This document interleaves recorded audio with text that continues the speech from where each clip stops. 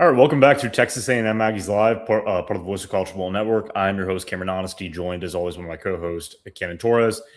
We are coming off of Texas A&M's 10-3 CFP first-round loss to the Miami Hurricanes. I can kind of just laugh about it now. It's just, one of the worst offensive showings we've seen from A&M in 20-plus years. I think the last time they scored 3 points in Kyle Field was like 2002 or something like that. So that would make me 8 years old. Yeah, it's a long time ago. It's just, again, it was just kind of a gross game.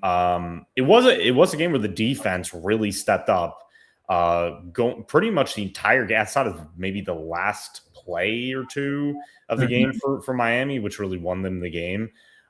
This was also a very windy game. I think they had gusts up to 30 miles per hour at one point. Something like that. It was all over the place. I mean, my hair was flying around. I guarantee. Yeah, I bet it was. And that, I mean, playing football and I think anybody who has experience, I kind of have some experience playing in that. Especially as a quarterback, it can really affect your throws. It can affect pretty much your entire game plan. A lot of the time, if it is very windy, you want to try to establish the run. A&M couldn't do that one bit in this game. Marcel Reed, I think, led them in rushing. And just, I don't really know how to say anything else, but just very disappointing. This was just, I don't think any of us expected A&M to play like this. Maybe some did. Maybe some saw that after the Texas loss, you can kind of squarely point on Marcel Reed just not playing up to the standard of what we saw throughout the regular season. The defense giving up some explosive plays, which really wasn't the case in this game. I should say that, and we will talk about probably the majority of the show, the run defense is horrific. I mean, A&M's I think we need to start at least giving the defensive front props. Yeah, they did a good job. Before we start crapping on whatever happened in this game, I think that when you are looking at this defense, it's a hot Miami defense that was coming in the entire month of November, was just scoring efficiently against opponents in the ACC. You held Carson Beck to 103 passing yards, or I believe 103. And essentially, you shut down their entire passing game, and they have electric receivers. We talked on the Tuesday show of our preview with Rock that they have electric receivers. I mean, we saw the lone touchdown of the game coming from Malachi Toney making a play, which wasn't necessarily a pass by Carson Beck, but getting your playmaker in space, and he was able to make it work. But they have guys like CJ Daniels, Keelan Marion caught a couple of passes where if he was able to wiggle out of a tackle, he was going to be offered 10 plus yards. But this defense and these DBs in this game were for the most part, pretty excellent when it came to it. I think that when you were looking at, people will have the woes in the last two games, again, Texas and Miami, the last two big games, one in the regular season, one in the postseason, that you let a rusher rush for over 170 yards in each of those games. It just so happens that in this game, you also held a Miami offense to 10 points. So I think there's a little bit of back and forth where the rush defense is, and that's what people were saying coming into this game. I said it myself on Tuesday that the rush defense is also where you're probably going to be able to look at A&M and be like, I think we can do it. They didn't do it in the first three quarters, and then in the fourth quarter, you were starting to get more of that wiggle room on the defensive line when they got tired. For whatever matchups, I'm going to say it how it is. The linebackers were just not up to par in covering up the holes up the middle, and that led to these big, big runs. It felt like every single drive for Miami in the game was first down, a 10-yard plus run, second down, an incompletion, third down, a 4-yard run, third down, an incompletion, and then eventually a punt until that fourth quarter, where they were able to get these big play chunk yards from their running back, who Mark Fletcher has been excellent for them, just being overall consistent. So I will give props to Miami for sticking it out and being the tougher team down the stretch. I think that dating back to we saw in the games against Notre Dame and Arkansas just how much people can actually score on this defense, and the improving that they did over the year in the pass defense compared to last year's abysmal passing defense season. There are a lot of pluses on that defensive side, from Will Lee to Des Ricks. You're able to see these DBs actually work very well in coverage. So that's where I would say it's a big plus. Yeah, and I also think I was actually talking to my dad about this last night because he was kind of asking, like, where do you think this defense goes, and where do you think how do you think they're actually going to improve going the offseason? I did say, like, I completely believe in Lyle Hemphill. Like, I get that a lot of people are saying, well, you know, Mike Elko's making risky choices to just elevate coaches instead of going out there and getting okay. You're returning a lot of your team next season. Like, I shouldn't say a lot. It's not going to be the 72% that was coming back this year. But we look at key pieces on defense like Dalton Brooks, like Marcus Radcliffe, like Des Ricks, some of the younger guys in defensive line. We do believe DJ Hicks is going to come back possibly for his senior season. I have no idea. Yeah, we're not. Nothing's really confirmed there. We do know those back end players are going to return. Yeah, we're only 24 hours pretty much from the start of the game, so there's going to be probably a lot of news where obviously everybody's going to have transfer portal news coming out about the team. But expectation-wise, expectations are definitely going to be there for some of the people to return. Yeah, but I think that getting a guy that is very close with Elko in terms of working with him in the past, is known for being a more aggressive, turnover-heavy defense that is focused on stopping the run. That is something that has been central to his scheme. And also getting Travis Williams in here as a new linebackers coach, I think is going to be a big boost as well. It needs to. Yeah, we'll see. Yeah. It needs to be. Yeah. And getting new personnel in that room that, you know, I'm going to be honest, maybe a little more size. The speed hasn't been an issue. Torin York, and to be honest, it's kind of crazy how football works when you are like the shining star and everybody loves you, and then after one game, you know, people are just really, really down on you. He was one of those guys, and it's just when you watched the 55, I think it was like the 55-yard run from Mark Fletcher at the end of the game. I mean, they knew it was coming. I'm kind of screaming at it, going, "It's coming! Be ready for it!" And he just right down that gap. They weren't right, and that's been the problem all season with these physical downhill runners. It seems like very basic football. It's all about run fits. It's all about positioning, and it's about the instincts of understanding what's coming, kind of reading how the offense is looking at things. Like going into the second half, they obviously Miami made adjustments. They had some success passing the ball a little bit. A&M's defense did continue to step up. Obviously, their kicker missing a couple kicks didn't help them. But at the same time, this defense did enough to win this game. It's just that was the one area that continued to kill them and ultimately lost them the game. So it is, yes, you have to fix that in the offseason. But again, this team has other problems that really kept them and put them up behind the 8 ball, and that really falls in the feet of Marcel Reed. And I think let's talk about it, man. Yeah. And look, we have both been championing this kid for a while. I personally have been on the Marcel Reed train for a long time. I can attest that I've always defended him. I've had fans really throw some vitriol my way in years past of saying, like, look, I think this kid is going to improve. He did in some areas. But again, all I have to say is I think this is a run-first quarterback. I think this is a guy who, in a certain scheme and maybe lesser level of football, would be a Heisman candidate. But I mean like a possible like finalist. And we're talking like what he would fit, you know, hypothetically, like how he'd fit with Kansas State with Colin Klein in the Big 12. Maybe Marcel Reed would be that type of player. And we saw that in the SEC against lesser competition this year. And both you and I had both kind of, I guess, ignored that fact that A&M was playing bad teams in the SEC. I personally was saying you just play the teams in front of you. I was saying that on Wednesday night on another show talking about this. Now it kind of makes sense because you've seen three really good defenses. Auburn was the other really good defense they played. Marcel Reed has struggled against every single good defense he's played this season. So I'd like you to spell it out. You did a really good job with our notes here. So go ahead, just kind of give me your opinion because I think we're kind of on the same page here. Yeah, we're pretty much on the same page. I know you've been kind of vying for Marcel Reed a little bit more than I have, just because I look at a lot of players all across college football more objectively than subjectively. Sure. I think it's more of Marcel Reed during this point of the season was this offense is tailor made for him this year.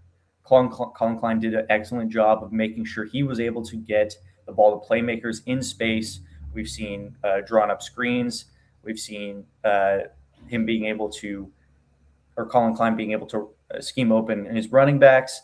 Not even in this Miami game, but Marcel Reed in this game was 25 for 39, had a 64% completion percentage, 237 passing yards, 2 interceptions, and a fumble. So I think looking back, so I'm going to pair the 2 Texas games in the past 2 years where he started and then this Miami game together where he has a combined 7 turnovers and no touchdowns. He does have one on the ground in the Texas game, I believe. There were 2 touchdowns in that.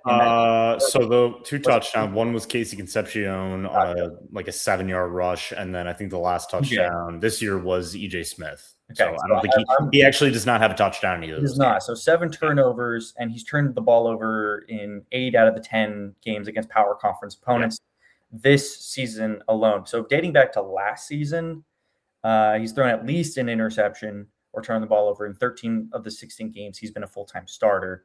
So I think having that is a data point, right? So we're looking at Marcel Reed holistically with this offense.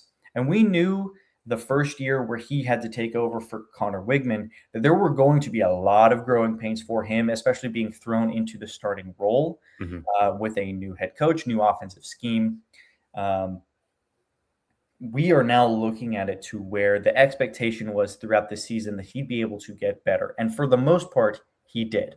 There were obviously electrifying plays we've seen against LSU, Arkansas, Notre Dame, all of these plays leading up to the end of SEC slate at the end of the season and then going into the college football playoff.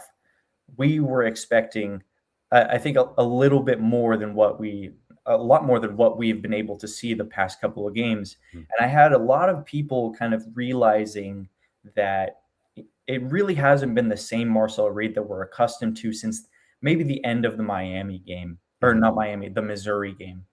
I know we had an excellent comeback against South Carolina, and that he's shown out during that, but that was really accustomed to the entire team clicking on all cylinders in the second half.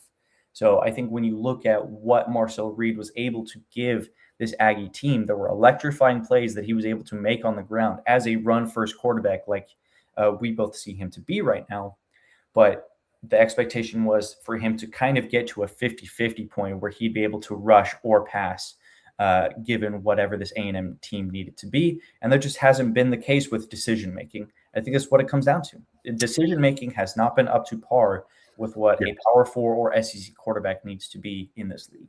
Yeah. And here's the thing. Like, I'm glad you said that we were looking at this holistically and that's what we're going to do. That's what we're going to do at Aggies Wire. That's what I hope most people who get paid to cover A&M are going to do. Take out the fan emotion. We saw a lot of it yesterday. Like, anytime A&M loses and the quarterback throws 2 interceptions and is one of the primary reasons you lose the game, especially at the end, all the blame goes on him. Mike Elko did not blame his quarterback. He blamed the line of scrimmage. I was actually just wrote an article on that. And yes, we can debate that as well. We can also see that Marcel Reed had clean pockets in the beginning of this game where he just whiffed on several passes. And you can talk about the wind. You can talk about, the jitters of this is the first playoff game.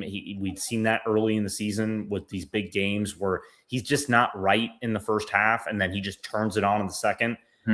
That has not been the case in the last 2 games. This player has not looked any better outside of really the 2-minute drill when they had a minute and a half left to tie the game where, they got down the field. A lot of that was just the playmakers stepping up. But at the same time, I mean, I don't know who this kid is right now. This isn't the quarterback I have watched and covered from, I guess, maybe, let's say 9-0. 10-0, I guess, really after the Missouri game. And Missouri was really the game where outside of maybe one bad play, He was confident in the pocket. He was throwing strikes. Yes, his run game was helping him a lot. They also had a big lead. We haven't seen him in these moments outside of Notre Dame, where, again, Notre Dame, I credit Reed. He had a fantastic game. He had a lot of yards. He had a lot of big throws. His percentage, his completion percentage wasn't great, I don't think. But no, I think it was around 50-ish% or something along those lines. Maybe. But you got to give a lot of credit to who? Mario Craver, Casey Concepcion, making plays after the catch, especially Craver making plays after the catch. I mean, where this team would be without those two players this season, we're probably talking maybe 7 wins at this point, just because of their impact or worse. So the question now is it Reed who's really elevating anything about your offense? Or is it really just your playmakers? Is it the guys around him? Was it the O-line playing at a high level as well? Is this a player? Is this a plus player, right? Is Marcel Reed a plus player for you that you can depend on? Because I'm going to be honest, Cannon. Again, I've covered a lot of quarterbacks, whether with A&M or others in my career, and I did not feel confident through that entire game with him under center. I actually came in. I picked A&M to win, but right when the game started, I went, they're gonna have to hope for some big plays, and they're gonna have to hope that just something clicks. All of a sudden, it didn't click. I mean, even 0-0 going to halftime, I did not have confidence. I still felt that Miami's run game looked kind of I mean, credit to Mario Cristobal. He kind of figured it out. Okay, maybe we should just run Fletcher down the A-gap. And they did. This team was not ready, and Marcel Reed was just not ready for this game. And we go now into the offseason in a very weird spot. And I'd love to get your opinion on this, because compared to last year, we both, and we were talking about this pre-show, but we both understood the issues they had. We knew what they had to attack in the portal. We knew the guys that they really needed wide receivers. They needed to give Marcel Reed more weapons, because it's unfair to judge him. Well, you gave him those weapons, and he still produced this, and this is what you get. Where do they go from here? It sounds like he's still their guy. Mike Elko after the game basically said, ignoring Colin Klein and Jay Bateman, who are leaving, their sentiments and emotional attachment really doesn't matter going forward. Like, they're departing, they're gone. Mike Elko kind of sounded like that. Yeah, we're pushing forward. We got to fix things around to make him the quarterback we think he is. And I don't blame the fan base for kind of going, what are you giving us right now? Because we don't see it. We just don't see what else he can do to elevate this offense and be that quarterback that we can depend on game by, and especially against, like you said, secondaries like Miami, that you really have to hit tight windows. You have to make good decisions.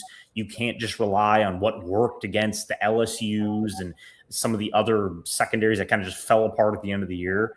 Because it's not your speed at wide receiver and your separation ability, your guys are running wide open, isn't going to be the case against all these secondaries that are just smart and veteran-led and have a lot of NFL talent.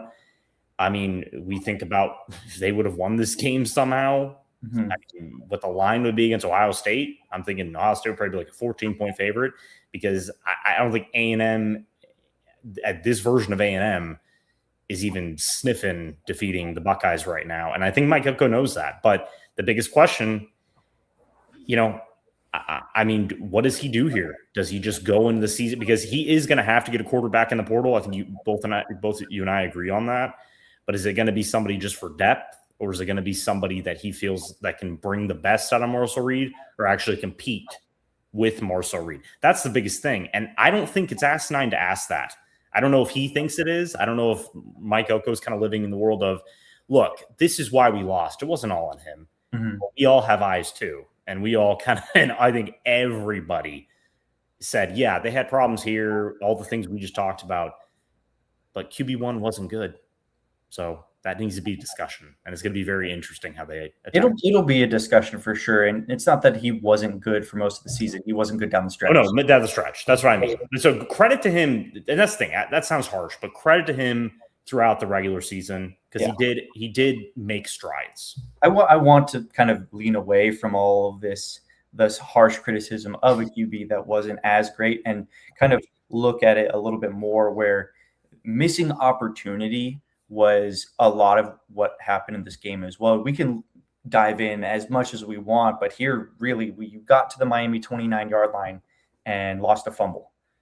You got 2nd and 4 at the Miami 36-yard line, and you had a negative pass play and then a false start. You reached Miami 38-yard line, gave up a sack on 3rd and 6. Then you reached the 5-yard line twice, and you come away with 3 points. So you had a 23-yard field goal attempt blocked and a pass intercepted in the end zone. So you made it into their territory 6+ times and were unable to come away with anything but 3 points in the entire game. And that, along with the Marcel Reed woes that he had, was a culmination of not being able to win a 50-50 game. Yep. So perfectly said. If people want to be harsh on and criticize Marcel Reed, they are more than welcome to. But you also need to be harsh on the overall team entirely because, like Mike Elko said, they were not good enough on the line of scrimmage. And what happened? It caused them to make these mistakes. And it made the overall team, especially the offense, not look great. That's a good way to kind of transition here, because if you are going to have an identity, and what was the message all season? Mario Craver said it at the end of the game: finish. They did not finish. They did not finish against Texas. They did not finish against Miami. They were in desperation mode in both those games, but they did not finish. So and again, that's my own opinion on Reed. I think that if they do run it back with him, you are going to have to make some wholesale changes to your roster this season anyways. You are going to have to get some guys that you feel are going to fit in with your culture, fit in with your scheme, veteran guys who like a winning mentality. That's a big thing, right? And we thought we kind of saw that with especially the offensive line, right? That's the area where I'm very confused with, and not just the tough talking and Trey Zune's comments. A lot of Miami fans want to go back to. He actually finished with an 83.9 pass protection grade in this game, so you can't really throw it all on him. He actually had a decent game. A lot of that was the interior, which kind of broke down. Miami has a very deep defensive line. I mean, outside of Ruben Bain, who had 3 sacks, mainly coming in the second half. They just wrecked them. I think this is just a strength on strength, and one strength was just better than the other. But it starts in the trenches, and that's how Mike Elko is going to continue. See, that's the thing. If you don't like the identity of Mike Elko, you might just have to deal with it, because this is how he wants to build his team. He's not going to look at it the same way as a fan or us or anybody else does, because if he believes that he can get the best out of Marcel Reed, and he believes that Holman Wiggins can get the best out of Marcel Reed and certain additions the offseason, recruiting, getting better talent, giving him another full offseason to fix his issues, that's fine. That we can't do anything about it. But I think the biggest hire this offseason, and possibly in the next couple of days, is going to be the quarterback coach. I agree. I think I was talking for 30 minutes with one of my good friends earlier this morning that I'm very, very interested to see where they go with that QB coach, because as much as the staff did this year in elevating Marcel Reed from where he was the year prior, you need to be able to get him comfortable, not having to pass all the time, and be excellent on play action. I think it's those dropbacks we saw.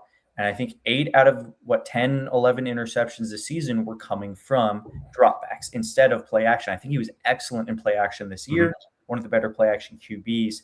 But that was because you could run the ball and get defenses afraid of what the run game was going to do. So kudos to Miami for shutting down most of the run game and forcing A&M to drop back 39 plus times in this game.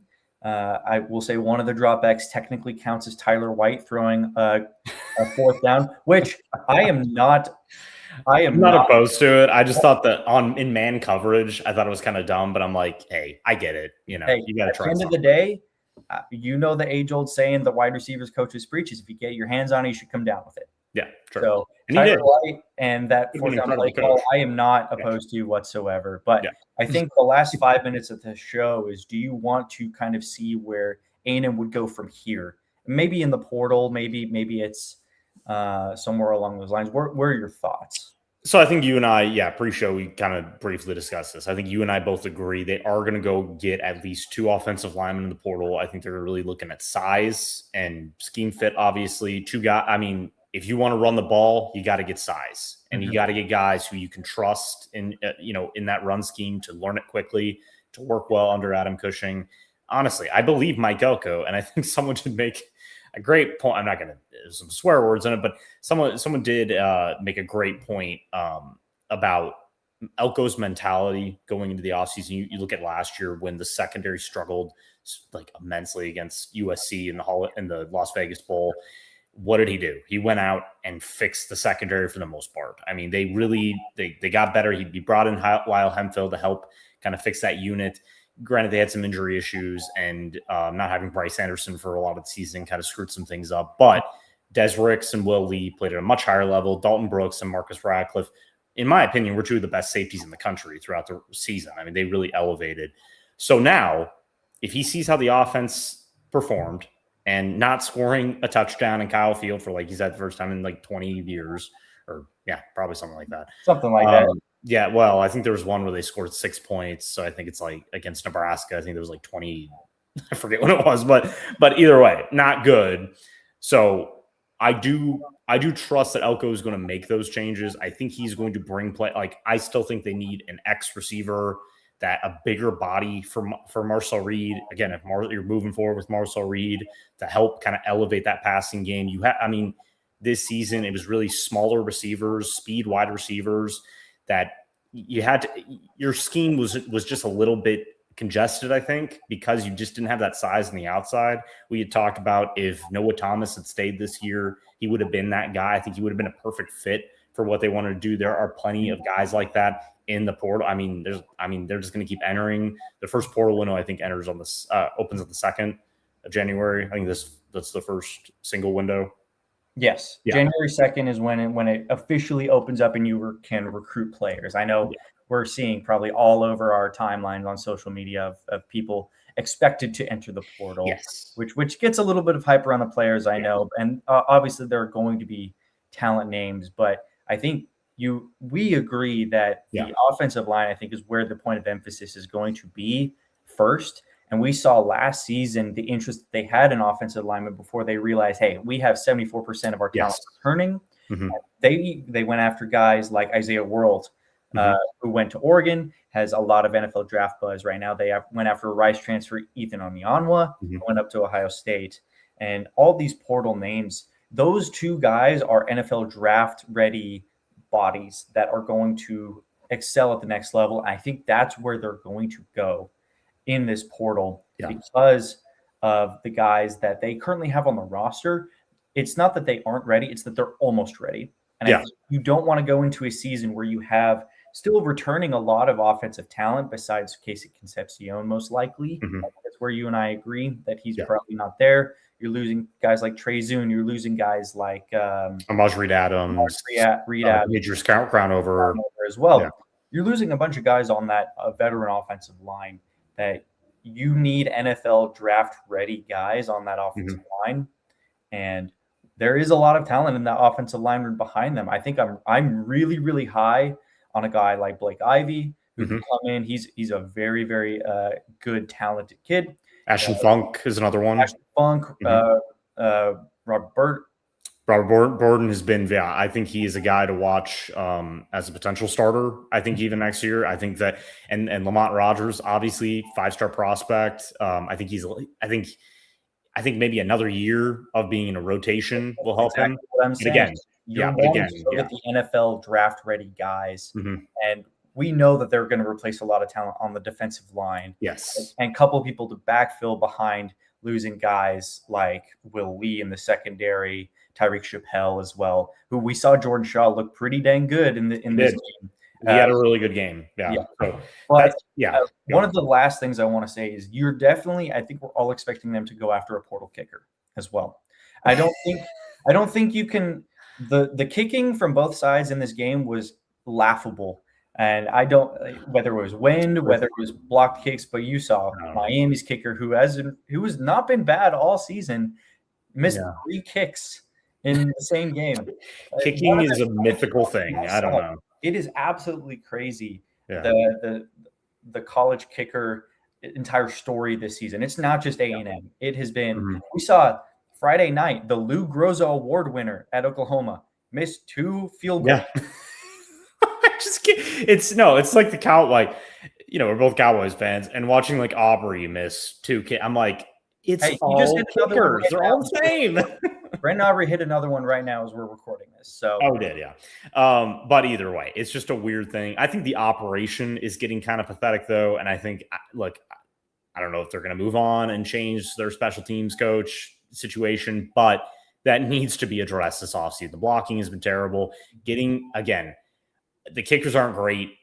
I mean, Brandy Bond's leaving anyways. Jared Zirkle is also, I think, gone. Yeah. So they have Ashton Murray who's coming in. Basically a 5-star kicker coming 5-star kicker. Are you going to want a freshman to kind of stay the course and be the only kicker on the roster? We'll see. Probably do need to get somebody. And look, it's just funny because kicker, everybody thinks it's like, who cares until it does matter. That's the thing about kickers. They are that important to your game plan in these crucial games. But it's going to be interesting. And obviously the next, I don't even know, man. So it's December now. So probably till spring football, we'll be talking about portal. We'll be talking mixed with some basketball and stuff like that. But I think they're going to have success in the portal again. I trust them. They have a lot of money. I think they're top 10. They're closer to 5. They're closer to like top 5 in terms of the NIL spending they have at their disposal. And I think it's better. And I will say this, I know fans don't want to hear it. I really understand that. But this season, and we'll talk about this probably on Tuesday, this season was still a success, in my opinion. You win 11-2. You reach the college football playoff for the first time in program history. You beat LSU on the road. You beat Notre Dame on the road. You did all these things that had kept A&M out of contention for the last 20 plus years, and especially in SEC play since 2012, since Manziel left, how they hadn't accomplished really any of these type of goals. And I think this program is trending in the right direction. I just don't understand how one loss in the playoff. We think of Tennessee last year getting blown out. I mean, I don't remember what that score was, but it was like an ugly, ugly score on the road to Ohio State in the first round. We think Indiana, for example, which I'm really looking at Indiana as kind of the pathway that A&M can have potentially, as to where, they had I think an 11-win season last year. They lost in the first round in, I think, kind of a blowout fashion to Notre Dame. Ironic. But obviously, see what they're doing this year. They made changes in the offseason. Yeah, they got a new quarterback, so that's not the same thing. But they did bring guys back. They brought in veteran talent on both sides of the ball, and they potentially could end up winning a national championship this year. So it's all in front of you, and they have everything like I said, at their disposal to get this done. A&M is a premier destination at certain positions, especially on the defensive line. We see what obviously Cassius Howe, obviously, yes, he didn't really do much yesterday, but having a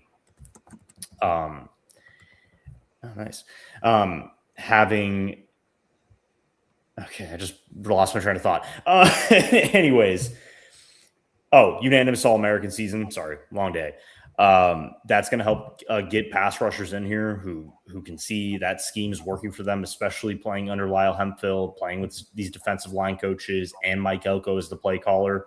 Look, it's all in front of them. So just get it done, fix your issues. And I understand that Marcel Reed is going to be the hot topic throughout the offseason. I can already hear it now that every national media is going to use that one last little clip of him throwing that pick in the end zone and going, does Texas A&M have a quarterback problem? Like, I get it. It's going to happen. They did it last year with the Texas game. Kind of feel bad for Marcel Reed. Like, he's going to have to hear that, but maybe that will fuel him. But I still think, and I think you and I both agree, which we will see, they should bring in a guy that's going to give them insurance, but can potentially challenge Reed, make him a better quarterback. And we'll see. Like, it's 24 hours after the game. Well, actually, a little less than that. So we're still looking our wounds. We're still kind of thinking about what went wrong at the end of the year. You're trying to kind of diagnose all these problems. I mean, the coaching staff is doing the same thing. But again, it's up to them to get this done. And really, it's just up to the fan base to trust them at this point, because you're going into year 3 with Elko. You've already gone to the CFP. So you've already made progress there.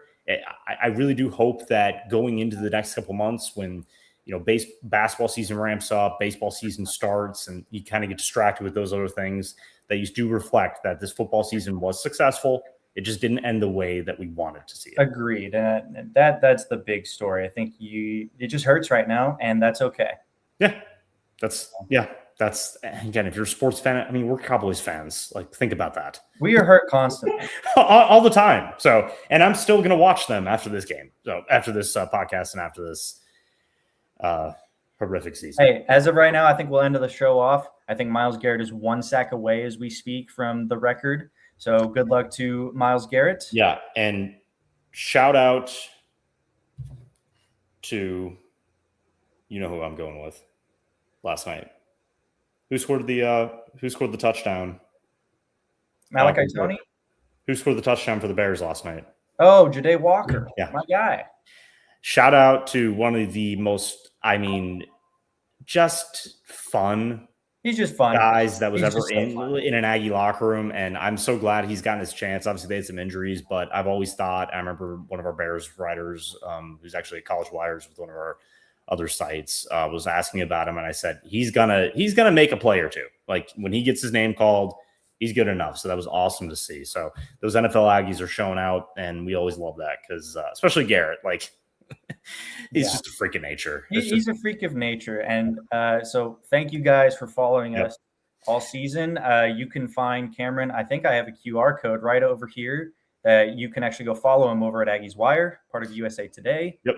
And we will be back. So, yeah, you can follow me at Cameron Honesty on X. You can follow Cannon at Torres Cannon. Obviously, yeah, like you said, all my Aggies Wire work. We're obviously, again, A&M volleyball is playing for a national championship is 2:30. I swear to God, football just kind of got in the way of, paying attention to that directly. They have a chance to bring home a national championship playing Kentucky at 2:30. I believe it's on ABC. Today. Yeah. And so go support them. Go watch that for all of you that did actually make the trip to Kansas City. Good for you. That's awesome. But yeah, we'll reflect on the season a little bit. Most likely we'll have a show on Tuesday, kind of doing that, going through all the, X's and O's of what happened, really grading this season as a whole. And any coaching news, transfer news, which we could get in the next couple of days, honestly, we'll discuss it. So if you got Cameron's QR code, if you want to go back in the replay of this, go follow him over there. There's going to be a lot of news coming out soon. I know you're probably going to be up and ready and writing a lot. So it's right when that game ended, it was kind of funny. Someone texted me, was like, "Yeah, it's all basketball and baseball now, huh?" I'm like, no. No. Not yet. But if when the season ends, it doesn't end completely until like February. And so if people are interested though in the recruiting side in 2027, I mean, they can follow me over there. If you're already up to date on all of Cameron's work, you can follow me over at Bell Tower Intel right up there. We got 2027 scoop coming up. So be extra sure you're tuned in. All right. All right, guys. All right. See you Tuesday night. Enjoy. We will see you before Christmas. So, you can enjoy that before your holiday season, guys. Yeah, exactly. All right. See you Tuesday.